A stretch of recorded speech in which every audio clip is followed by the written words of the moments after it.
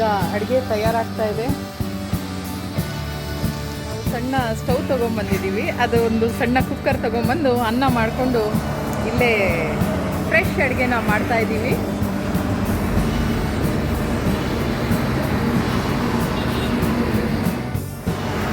Fresh ಅನ್ನ ಮಾಡಿಕೊಂಡು ಮೊಸರು ಮತ್ತು ಉಪ್ಪಿನಕಾಯಿ ಹಾಕ್ಕೊಂಡ್ರೆ ಅದಕ್ಕಿಂತ ರುಚಿ ಇನ್ಯಾವುದೂ ಇಲ್ಲ.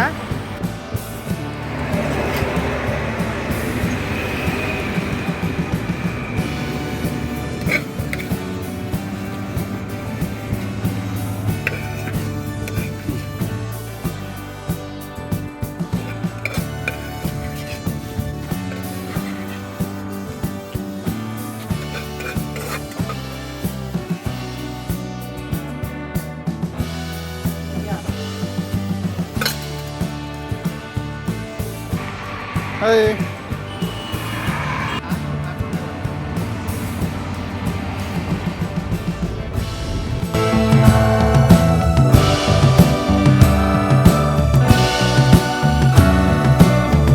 ಉತ್ತರ ಭಾರತ ಟ್ರಿಪ್ಪಿನ 3ನೇ ದಿನ.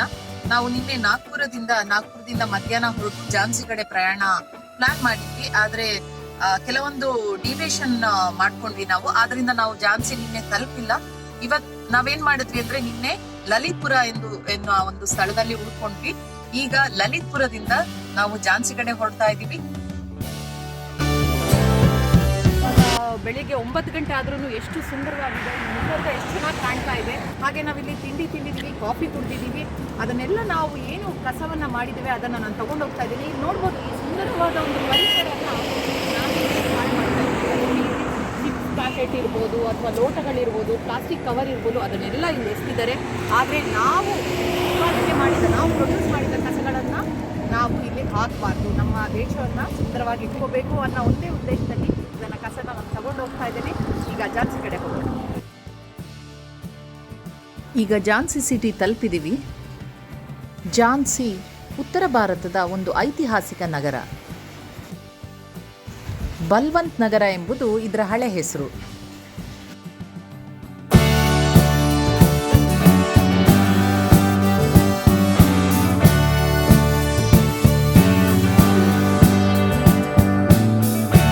ಇದೀಗ ನಾವು ಝಾನ್ಸಿ ರಾಣಿ ಲಕ್ಷ್ಮೀಬಾಯಿಯ ಕೋಟೆ ನೋಡಲಿಕ್ಕೆ ಹೋಗ್ತಾ ಇದ್ದೀವಿ. ಝಾನ್ಸಿಯ ಕೋಟೆಯು ಝಾನ್ಸಿ ನಗರದ ಮಧ್ಯದಲ್ಲಿದ್ದು ಝಾನ್ಸಿಯ ರೈಲ್ವೆ ಸ್ಟೇಷನ್ನಿಂದ 3 ಕಿಲೋಮೀಟರ್ ದೂರದಲ್ಲಿ.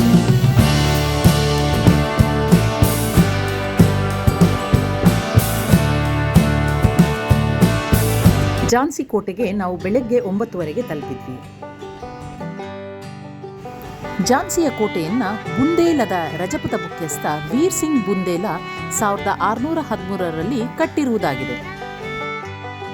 ನಂತರ ಹಲವಾರು ಸುಬೇದಾರ್ಗಳು ಝಾನ್ಸಿಯನ್ನ ಆಳ್ವಿಕೆ ನಡೆಸಿದ್ರು.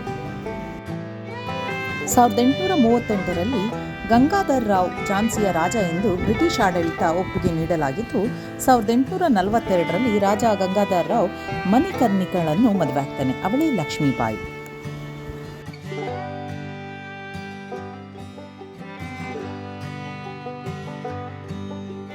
ಈ ಕೋಟೆಯು ಉತ್ತರ ಭಾರತದ ಶೈಲಿಯಲ್ಲಿ ನಿರ್ಮಿಸಲಾಗಿದೆ. ಈ ಕೋಟೆಯ ಗೋಡೆಗಳು ಗ್ರಾನೈಟಿಂದ ಮಾಡಲ್ಪಟ್ಟಿದ್ದು ಅವು 16ರಿಂದ 20 ಅಡಿಗಳಷ್ಟು ದಪ್ಪವಾಗಿವೆ. ಈ ಕೋಟೆಯಲ್ಲಿ 10 ದ್ವಾರಗಳಿವೆ. ಅವುಗಳೆಂದರೆ ಖಂಡೇರಾವ್ ದ್ವಾರ, ದಾಟಿಯಾ ದ್ವಾರ, ಭಂಡೇರಿ ದ್ವಾರ, ಉನ್ನಾವ್ ದ್ವಾರ, ಬಡಾಗಾಂವ್ ದ್ವಾರ, ಲಕ್ಷ್ಮೀ ದ್ವಾರ, ಸಾಗರ ದ್ವಾರ, ಊರ್ಚಾ ದ್ವಾರ, ಸಯ್ಯಾರ್ ದ್ವಾರ ಹಾಗೂ ಚಾಂದ್ ದ್ವಾರ.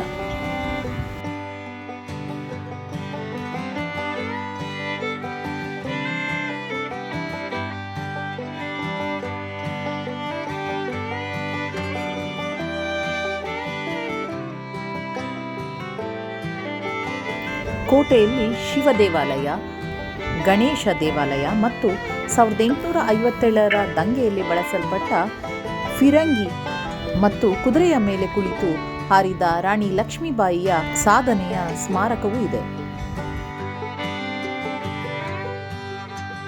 ಹಾಗೂ ಒಂದು ವಸ್ತು ಸಂಗ್ರಹಾಲಯವೂ ಇದೆ.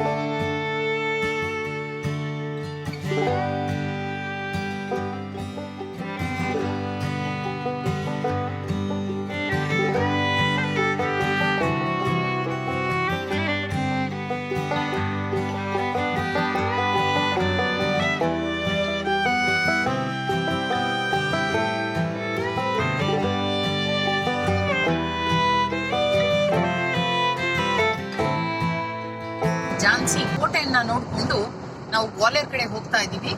ಗ್ವಾಲಿಯರ್ಗೆ ಇಲ್ಲಿಂದ 98 ಕಿಲೋಮೀಟರ್ ಆಗತ್ತೆ.